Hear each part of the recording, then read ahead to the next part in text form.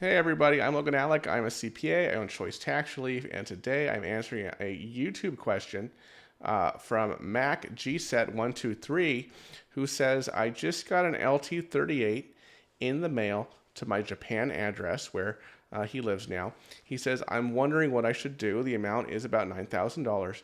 I can't even log into the IRS website because I don't have access to my social security card or some verification documents. Can I qualify for any relief and not pay? So Mac GSET123, I'm going to share my thoughts on how to approach the situation with the limited information I have. But to answer your question, plain and simple, can you qualify for any relief and not pay? I have no idea. We would have to look at your situation. You know, when was this debt owed? Why did this debt arise? What year or years is this debt from? When is the IRS's collection statute expiration date, as well as your personal circumstances, most importantly, your current financial situation, to determine whether you'd qualify for any tax relief options. And I encourage you to check out my video, link to it right here at the top of the screen, in which I go over the major tax relief options. And most of these things are, it's the same for whether you live here in the United States or abroad, if you owe the IRS back taxes. But one thing that I would wonder in particular, because you're overseas, is do you know why you owe the IRS $9,000, right? Because for folks who live overseas, sometimes they think they don't need to file tax returns anymore with the United States, with the IRS, because they are overseas. But the fact of the matter is, if you're a U.S. citizen, even if you're living abroad, you still must report to the IRS your worldwide income. That includes income earned overseas. And some folks have heard bits and pieces about the foreign earned income exclusion that, you know, oh, well, the first $100,000, and that amount is adjusted annually, but the first $100,000 you make overseas is tax-free in the eyes of the IRS. And they think, oh, I don't need to file taxes anymore, right? Well, there's two things you gotta know about that. First thing, to take the foreign earned income exclusion, you actually have to file a tax return. It's not an automatic thing. You got to file a tax return. Number two, the foreign earned income exclusion is only for regular income tax. If you're self-employed, you may also owe self-employment tax that the foreign earned income exclusion does not help you with. Now, if the United States and the country you live in have what's called a totalization agreement, you could elect to opt into that country's social security system, right? And I happen to know for a fact, because we looked into it for another client, that the United States and Japan does have a totalization agreement. So, and this is probably getting way too in the weeds here, but let's say someone living in Japan could elect out of the United States social security system and say, I'm just going to be part of the Japanese social security system.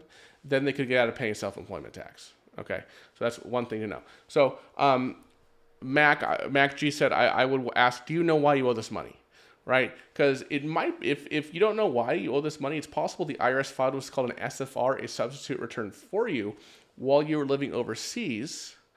And if this was just for W-2 income, then you may not actually owe very much tax on that at all, right? All you would have to do is file an SFR protest return to protest that FSR assessment to take the foreign earned income exclusion against your W-2 income. If you're self-employed, different story. You'll probably still owe some self-employment tax to the United States unless you opt into Japan's social security system, because the United States and Japan have a totalization agreement. But let's say that the $9,000 you owe, Mac, is legitimate. You know, it's from a tax return that you filed, and it's accurate. There's nothing you can do to really say, hey, I don't owe that money. Well, then you would look into tax relief options on how to deal with that debt. And that's what I talk about day in and day out here on my channel, right? Installment agreement, partial payment installment agreement, offer and compromise, current non-collectible status. These are all things I've talked about over and over again on my channel. And here's a link to another video at the top of the screen where I covered all those options in a different manner than the video I linked to at the beginning of this video. And then I know it's probably in your head, Mac, okay, so this all sounds great, Logan, okay, I hear you. But what if I just ignore the IRS? Like, what are they going to do? right? Or will the tax debt simply just drop off, right? Because you know, the IRS only has 10 years to collect a debt. They probably don't know, you know, about my Japanese accounts. And by the way, that could be a very slippery slope because there's something called FBAR, FinCEN, where you do have to report to the IRS your foreign assets, right? If they hit at least $10,000 during the year, if they just hit it, that's not the average balance. That's not, you know, the beginning of the year, the ending of the year balance. If they hit $10,000 during the year, you have to report that to the IRS. Okay. So let me just put that out there. But, you know, let's say that you don't have foreign assets, foreign accounts totaling at least $10,000. IRS doesn't know about your Japanese bank account. You might think, well, I can just forget about this debt. The IRS they don't really have any power to collect from me. I'm in Japan. You know, they can't file a notice of federal tax lien here, you know, in Japan county records so that, you know, if I sell my home in Japan, that the IRS is going to get first dibs. You know, they don't know about my Japanese bank account. Even if they did, you know, it's very usually foreign banks aren't, you know, required to comply even if the IRS wants them to levy, right? So, you know, I see that line of thinking, but I will say this, that debt's not going away.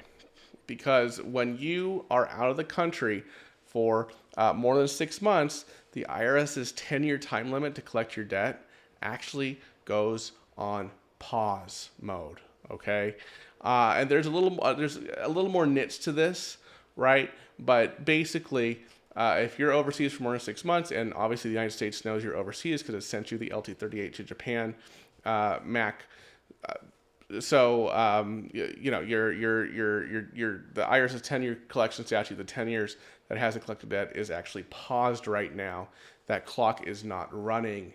It will start running again once you get back to the U.S. Okay. So this is all to say, you know, Mac, it's a complicated issue. I can't tell you exactly what to do in your situation. Unfortunately, you owe less than $10,000, which is our threshold for a free consultation.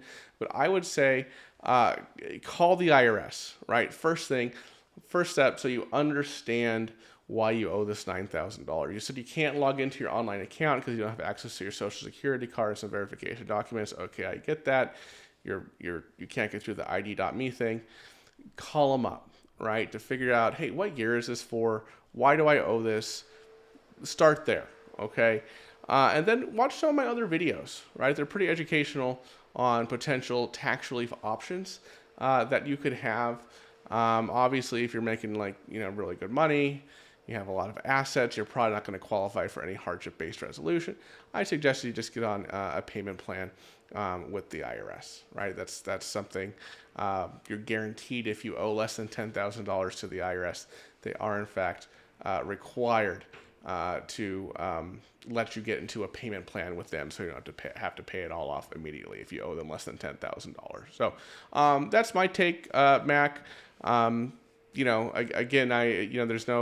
I can't just read these few sentences and tell you exactly what you should do.